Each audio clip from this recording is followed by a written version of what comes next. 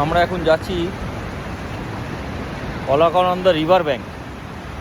একদম অলকানন্দার পাড়ে যাচ্ছি, এই হাঁটছি, দেখুন রাস্তা দেখুন। এই রাস্তা দিয়ে গিয়ে ওই সামনে কাজ হচ্ছে বোল্ডারের, তার পাশে হচ্ছে অলকানন্দা রিভার ব্যাঙ্ক। আমরা রিভার ব্যাঙ্কের সাইডে যাচ্ছি।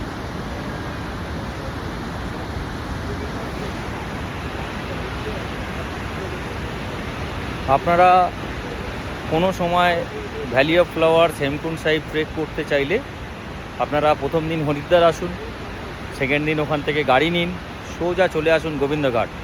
গোবিন্দঘাটে স্টে করুন। পরের দিন গোবিন্দঘাট থেকে শেয়ারিং গাড়িতে করে পুলনা চলে যান। পুলনা থেকে পনিও আছে বা ট্রেকিং আছে, 9 কিলোমিটার ট্রেক করে আপনাকে পৌঁছতে হবে ভাঙ্গারিয়া।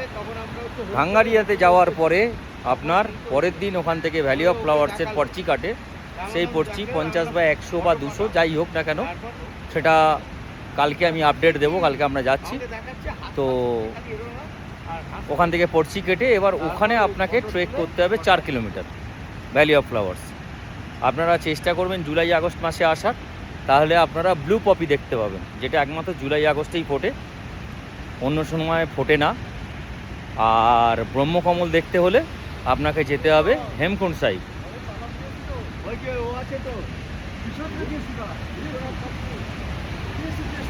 আমরা এখন রিভার ব্যাঙ্কের সাইডে যাচ্ছি। এখানে এই দেখুন রিভার ব্যাঙ্ক, এই হচ্ছে অলকানন্দা, আসছে ওদিক থেকে এইভাবে ঘুরে, এখান থেকে ঘুরে ওই দিকে নেমে যাচ্ছে। এই অলকানন্দা বদ্রীনাথ সাইড থেকে আসছে, কারণ এইটাই বদ্রীনাথ যাওয়ার রাস্তা। এই রাস্তাটাই হচ্ছে বদ্রীনাথ যাওয়ার রাস্তা। এখান থেকে সোজা বদ্রীনাথ চলে যাচ্ছে এই রাস্তা, এখান থেকে 25 কিলোমিটার গোবিন্দঘাট থেকে।